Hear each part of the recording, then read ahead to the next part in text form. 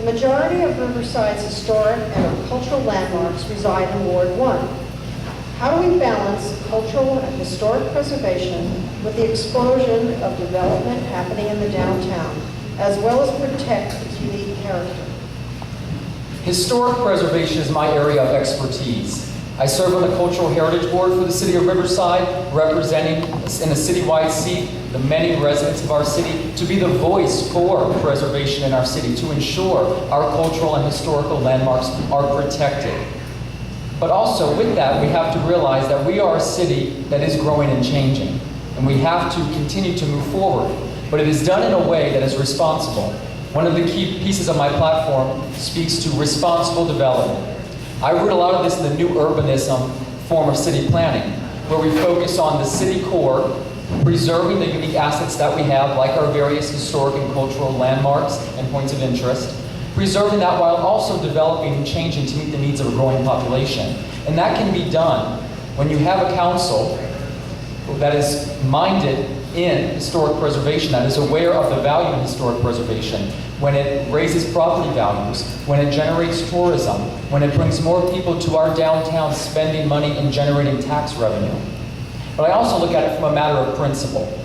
And we need to be good stewards of our historic landscape here in Riverside. We are a city that many other cities are envious of when it comes to our historic and cultural points of interest, and we must be better stewards of that. So I look forward to championing this on the City Council. This is my area of expertise.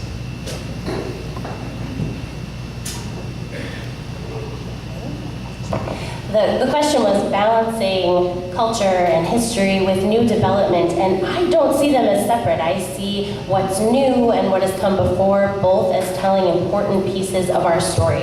My home was built in 1924. It's a Craftsman, and I chose that home because I love the charm of Riverside. We know that it's what brings people here and makes people stay, and that's something on council that I will fight to protect. Also, we've seen some great work downtown, keeping original facades and building within them, again, to be able to tell the story of our past and the story of where we're going. And also on City Council, I'll make sure that not only in Ward 1 are we preserving our history, but that we look at all the wards in the city, make sure that we're connecting historic places to each other to do an even better job of telling the story of what makes Riverside such a unique and wonderful place to live. Thank you. History is part of what makes Riverside Riverside. One of the things that is really unique about our city and that I want to fight really hard to maintain, and we've done it in the almost 50 years I've been here, and we can continue to do it, is we feel like a small town. Our neighbors know each other, we care about our city, we care about the interesting and historic things in our city.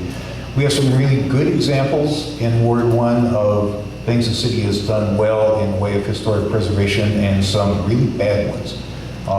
Good ones include the renovation of the Fox Theater and the Municipal Auditorium, not a reuse, but a preservation of a historic facade that I think is going to be really good when it's done is the Stalder Building immediately across from the Fox Theater.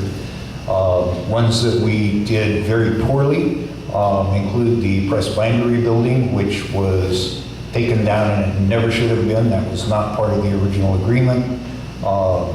And while I like the end result, I don't think we did as good a job as we could have with the facade of the Imperial Hardware Building and that new project.